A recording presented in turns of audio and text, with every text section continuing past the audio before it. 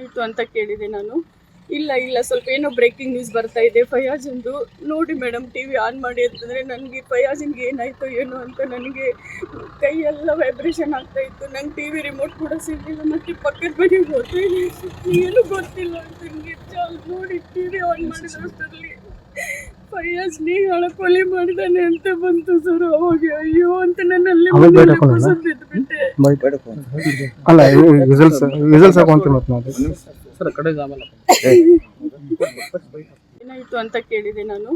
ಇಲ್ಲ ಸ್ವಲ್ಪ ಏನೋ ಬ್ರೇಕಿಂಗ್ ನ್ಯೂಸ್ ಬರ್ತಾ ಇದೆ ಫಯಾಜಂದು, ನೋಡಿ ಮೇಡಮ್ ಟಿವಿ ಆನ್ ಮಾಡಿ ಅಂತಂದರೆ ನನಗೆ ಫಯಾಜಿನ್ಗೆ ಏನಾಯಿತು ಏನೋ ಅಂತ ನನಗೆ ಕೈಯೆಲ್ಲ ವೈಬ್ರೇಷನ್ ಆಗ್ತಾ ಇತ್ತು. ನಂಗೆ ಟಿವಿ ರಿಮೋಟ್ ಕೂಡ ಸಿಗಲಿಲ್ಲ. ಮತ್ತು ಪಕ್ಕದ ಮನೆಗೆ ಹೋದ್ರೆ ಏನೂ ಗೊತ್ತಿಲ್ಲ ಅಂತ ನನಗೆ ನೋಡಿ ಟಿವಿ ಆನ್ ಮಾಡಿದಷ್ಟರಲ್ಲಿ ಫಯಾಜ್ ನೇಹಾಳ ಕೊಲೆ ಮಾಡಿದಾನೆ ಅಂತ ಬಂತು ಸರ್. ಅವಾಗ ಅಯ್ಯೋ ಅಂತ ನನ್ನಲ್ಲಿ ಬಿದ್ದುಬಿಟ್ಟೆ.